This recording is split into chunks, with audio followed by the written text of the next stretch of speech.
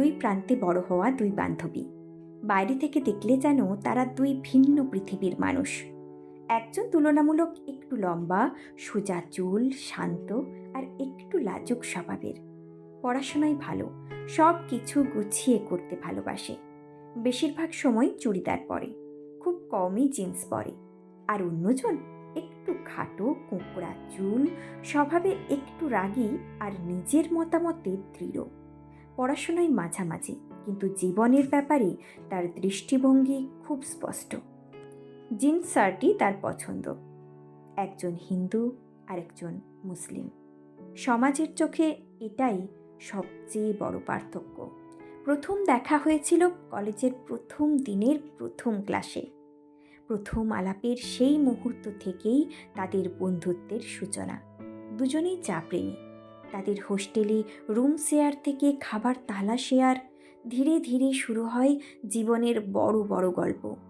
তারা সব সময় একে অপরের দুর্বলতায় ঢাল হয়ে দাঁড়াতো।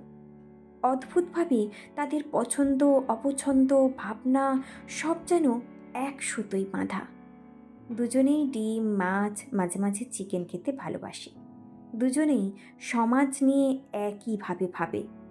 মানুষের পরিচয় তার আচরণে, ধর্মে নয়। কলেজে তাদের বন্ধুত্ব দেখে অনেকেরই হিংসে হতো। থুরি, কে বলতে পারে, হয়তো আজও হয়।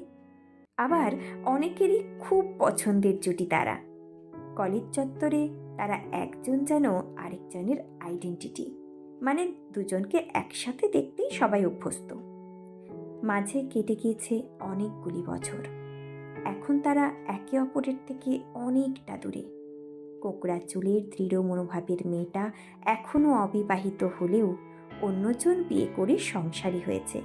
কিন্তু দুজনেরই মন এখনও একেবারে শিশুর মতো।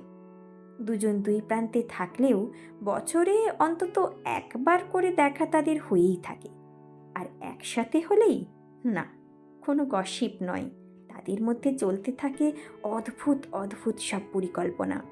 তারা একে অপরকে বোঝে, সম্মান করে, আর সবচেয়ে বড় কথা, একসাথে থাকলে নিজেদের সম্পূর্ণ মনে হয়। সবশেষে একটাই কথা বলবো, না কোনো ধর্ম, না দূরত্ব, কোনো কিছুই বন্ধুত্বের মাঝে প্রাচীর হয়ে দাঁড়াতে পারে না, যদি সেটা খাঁটি আর নিঃস্বার্থ হয়।